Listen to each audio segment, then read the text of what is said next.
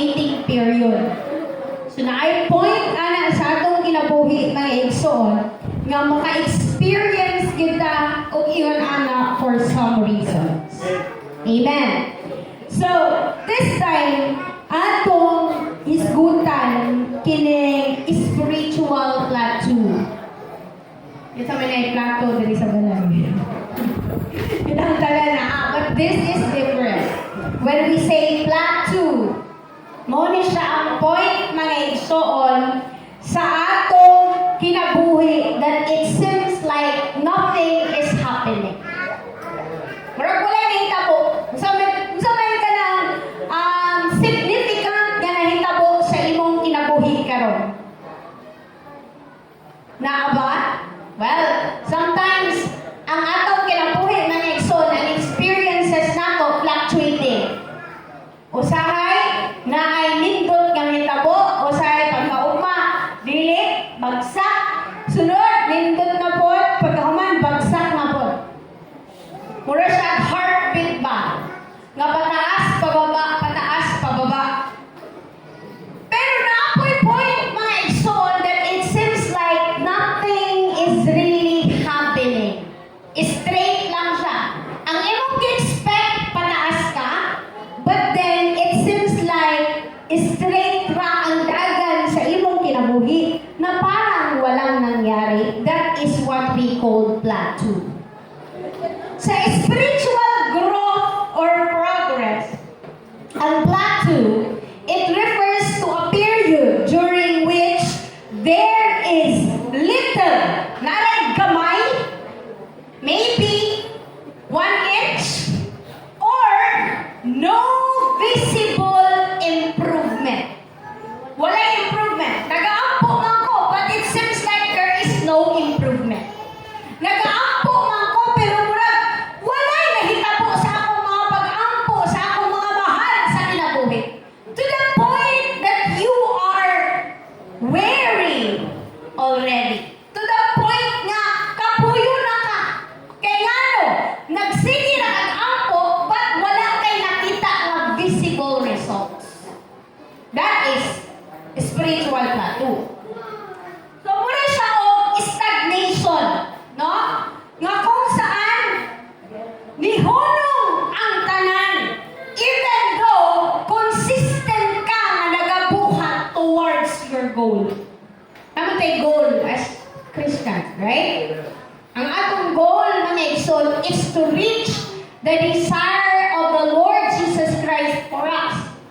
Naningkamot na kada adlaw mga igsoon, despite our sins, despite our failures, despite mga igsoon sa atong shortcomings, but we are trying really hard nga mahimo nato ang kabubuton sa Ginoo sa atong kinabuhi.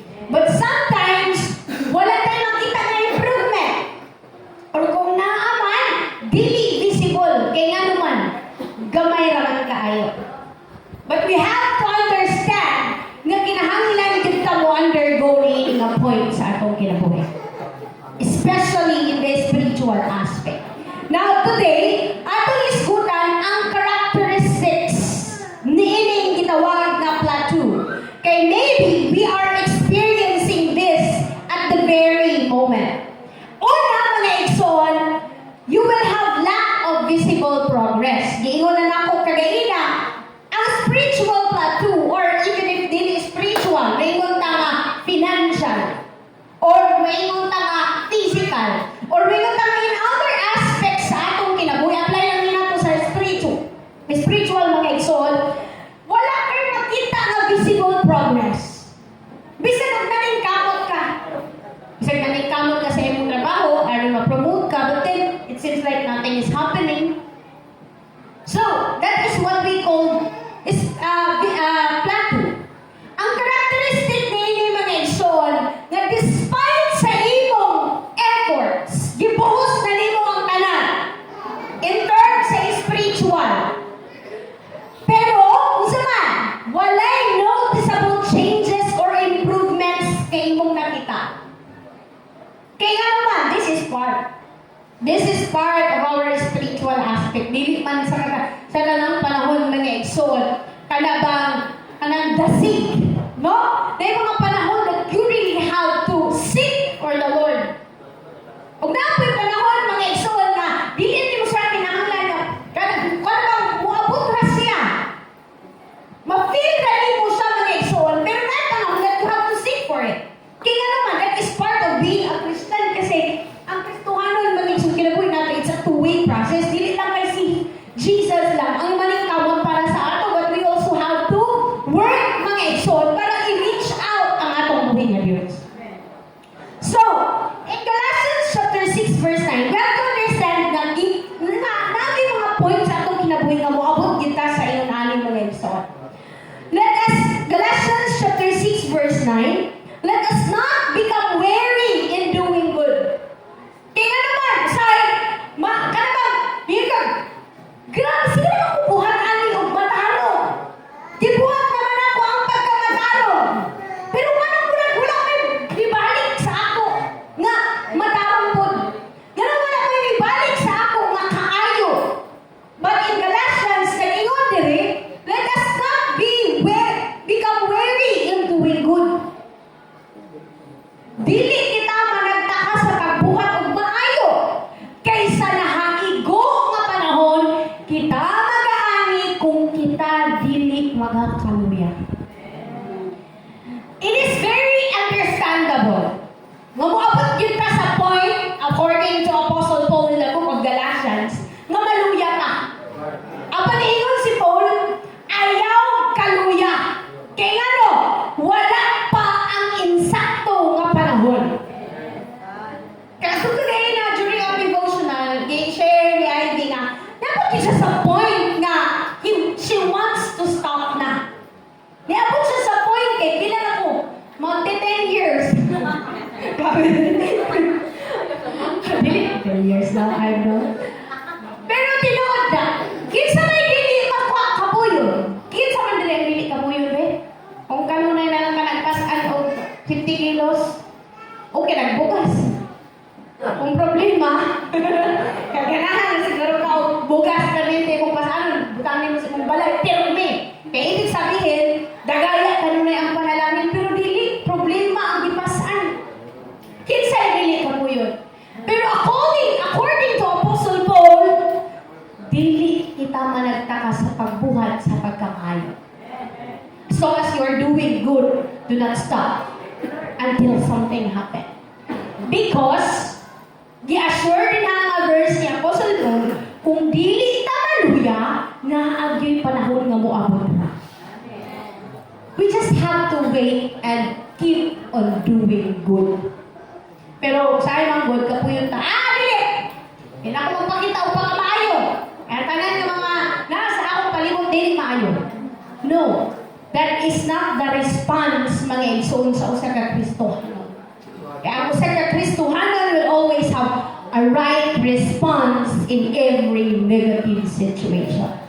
Amen. Even if dili ta makakita og progress kay naka-experience sa aning plateau sa espirituhanon nga bahin, even if dili nato makita ang resulta sa atong pagtalingkamot, still we have to persist mga igsoon because we believe that it will eventually lead to a harvest. Sige ka tanong.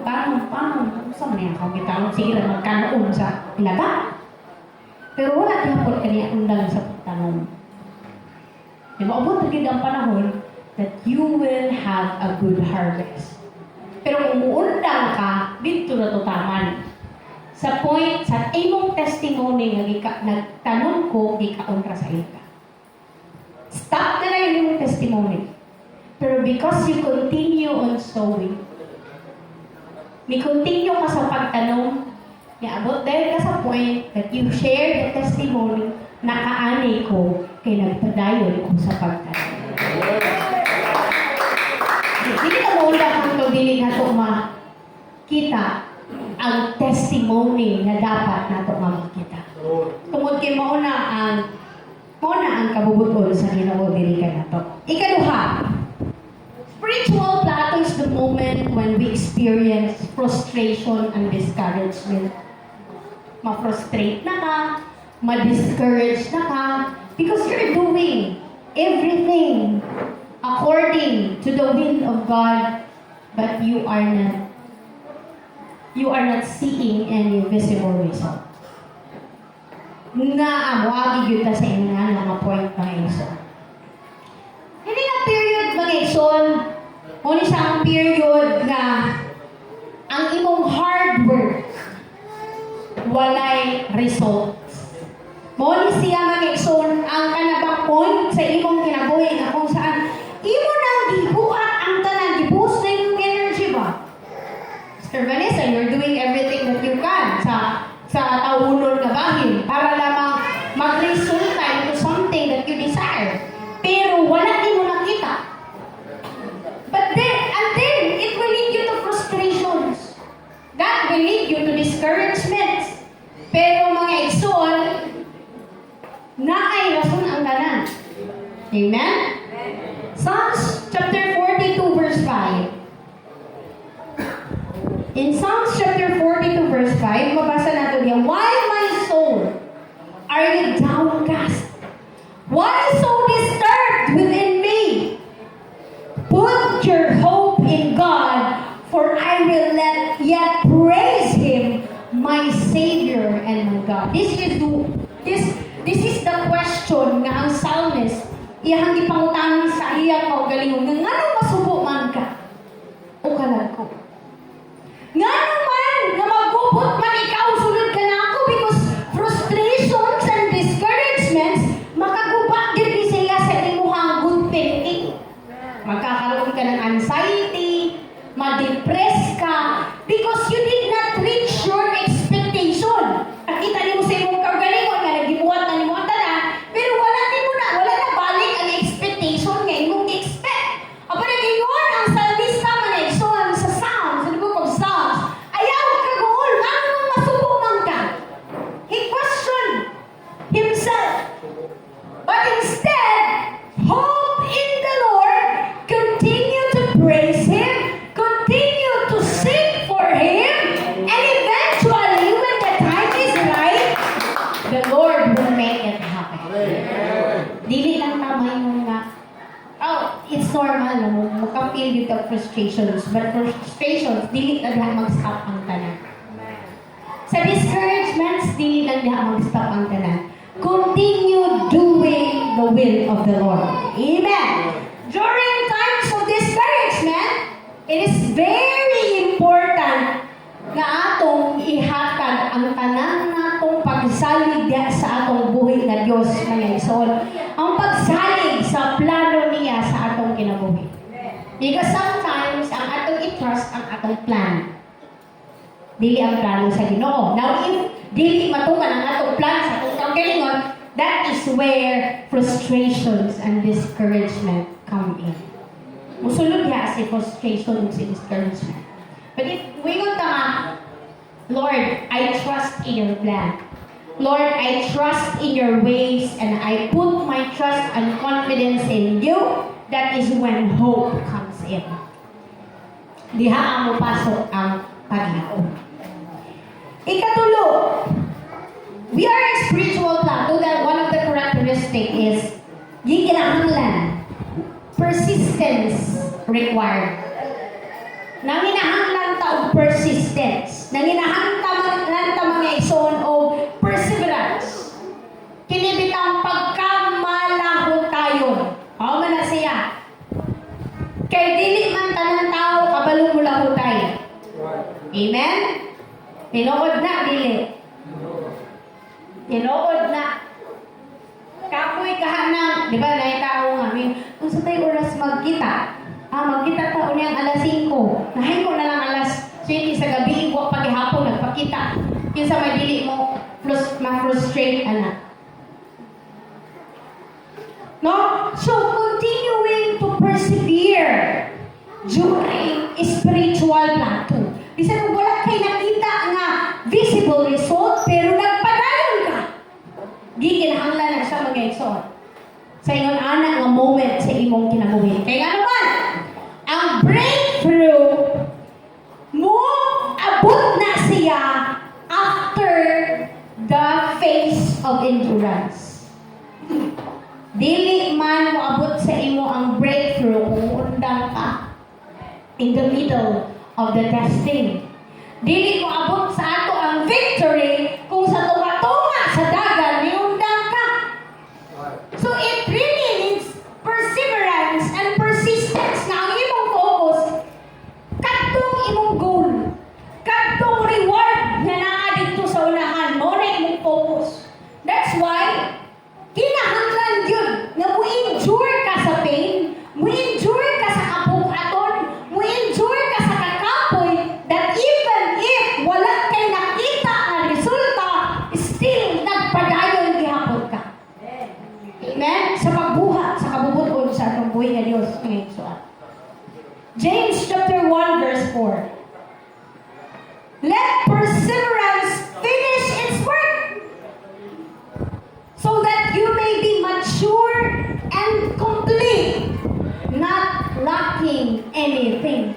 So, unsa man ang makapakumpleto, makapahimo sa ato, nga makapuot nato ang atong desire, ang pagka-mainang tusod.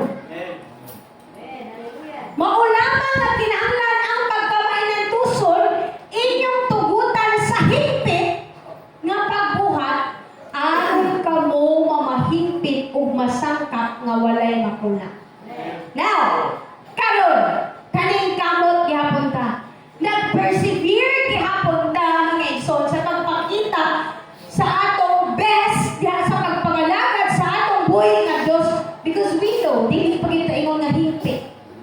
Dili pa ta higpit. That's why we continue to persevere. Amen? So let us always persevere. Kaya ano? Dili nato makuha ang ganti sa atong pagpaningkamot kung undag ta. We have to continue the race. We have to finish the race, mga igsoon, para makuha nato ang reward sa atong pagpaningkamot. Sa lumba, sa dagan nga atong lapilan.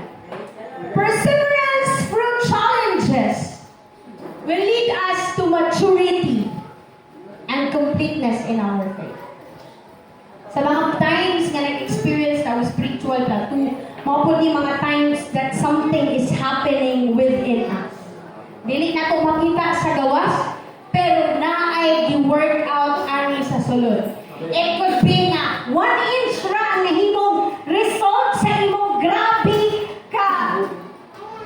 na effort na di-exert man-exalt, but it doesn't matter, at least naay changes.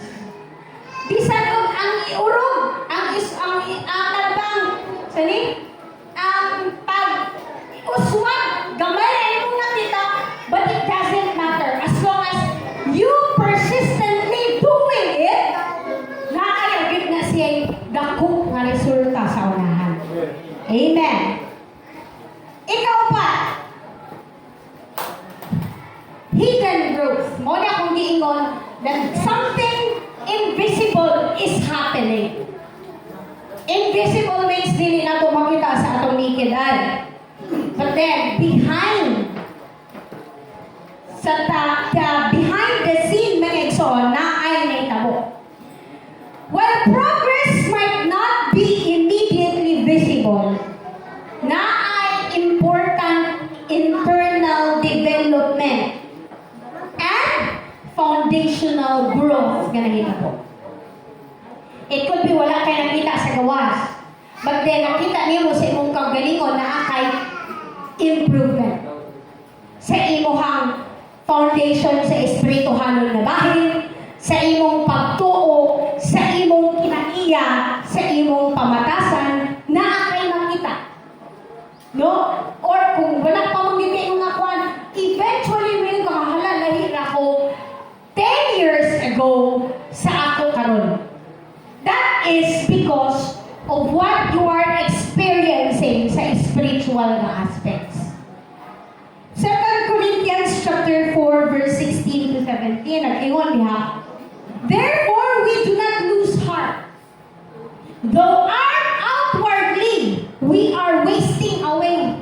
Yun pa mga sayang-sayang na akong effort na akong i-extend. Yet, inwardly, we are being renewed day by day. Kada adlaw, we are renewed. Wala kay nakita nga resulta sa lawas, pero sa sulod, ang Ginoo nakakita unsay nahitabo sa imong kinabuhi. Amen?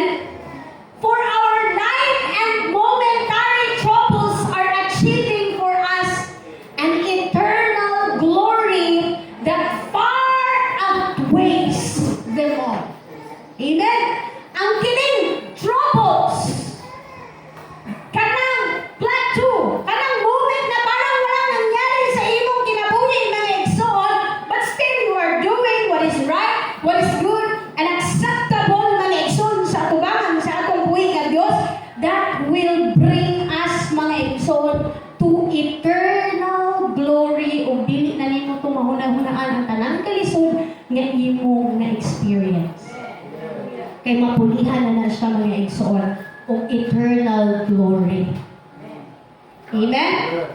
So even if wala tayo nakita nga external progress, ang importante mga igsoon na atay internal renewal and growth. Amen? Now I want to insert before ko mag-end the concept nga akong nabasa mga igsoon sa usa ka libro ni James Clear. Siguro ako ba nakabasa na ni? Nga entitled siya og Atomic Habits.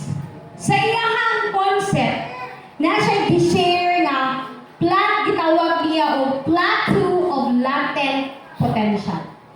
Pag niya tag-plateau, mo na kung gingon kagaina na parang may nangyari. And latent potential means hidden nga potential. Now, gitawag niyang libro nga Atomic Habits kaysa ginagmay nga habits, ang atoms is the small particles man, di ba? Sa ginagmay nga habits, mag-lead ni siya into success in the end. It could be nga gamay nga habits ang imuhang ginahimo kada adlaw, pero mag-lead ni siya mga igsoon og something bigger sa imong kinabuhi in the end. So, muli ang iyahang concept mga igsoon. Kana bang iyahang gi-explain mga igsoon sa iyahang book that how small things or small habits will lead to breakthrough in the end. Na iyang gi-explain niya, muna siyang ice cube. Pag imong ibutang ang ice cube sa freezer or naa siya sa usa ka room mga igsoon nga ma-freeze siya. -5 degree imong ibutang ang temperature, dili pa mahilis ang ice. Bawasan nimo og isa, -4, maabot sa point pakita nimo dili gihapon mahilis ang ice. Do na bawasan na siya og isa. Mabawasan na pud na og isa, -3 na, dili gihapon siya mahilis. Bawasan nimo og isa, hangtod sa moabot siya 0, mo start na dayon og melt ang ice. Isa lang ang mabawas nimo nga degree. Pero or itaas nimo nga degree. Pero moabot yun na sa point nga naay change nga mahitabo. It could be na gamay ra ang na sa imong kinabuhi, gamay ra ang nahimo nga resulta nga dili gyud visible sa imong mata. Pero I'm telling you, brothers and sisters, time will come nga moabot ra ka sa breakthrough. Moabot ra ka sa time mga igsoon nga ang change nga imong gipaabot moabot ra gyud. Because you consistently do it. Consistently do it.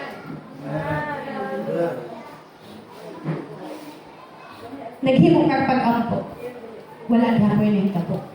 Pagkaugma, naghimo gihapon kang pag-ampo. Wala gihapon na hitabo. 1 month after naghimo kang pag-ampo, wala gihapon na hitabo. 2 months, 3 months, years, gihapon, wala gihapon na hitabo. Pero because you consistently timing, muabot gid ang panahon nga naaray mahitabo. Tungod kay consistent nga imong ginabuhat. Because what you still doing it.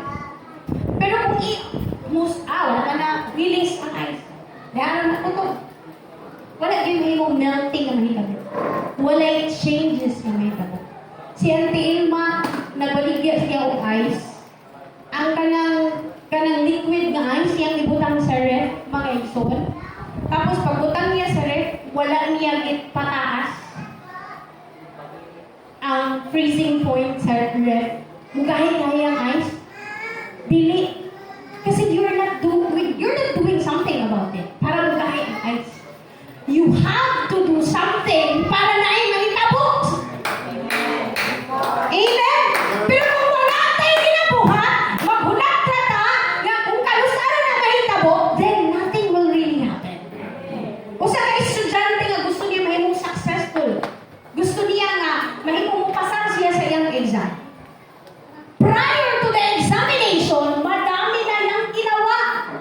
Dili na mahimong mupasar kung wala na gihimo from day 1, day 2, day 3, day 4, up until the final exam. It is very impossible na mupasar ka kung wala kay effort na gihimo. Since the day that you realize na gikanahanglan nimo nga magtuon para makapasar ka sa exam. Brothers and sisters, wala yun mahimong turning point ang atong kinabuhi kung magpabilin ra ta. Kinahanglan yun ta mo persevere even if we see no results. Kinahanglan yun ta mo padayon sa atong dagan sa pagkakristohanon even if nakita nato maulahin naman ko. Diba? Sometimes, biyong nga, ulahin ako.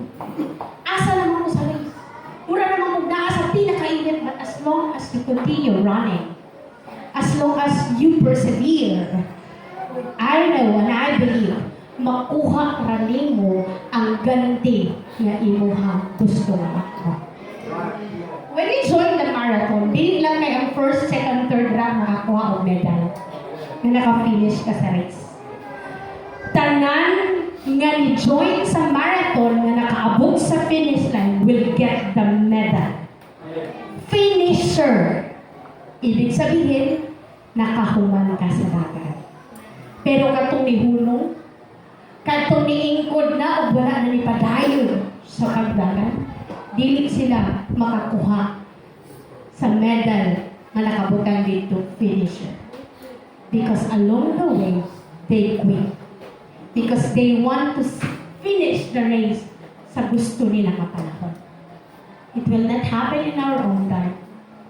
It will not happen mga igsoon sa panahon kung saan gusto nato na makita ang resulta. But it will happen if we persevere and we continue mga igsoon sa atong pagpakalagad sa atong kawiganis. Amen?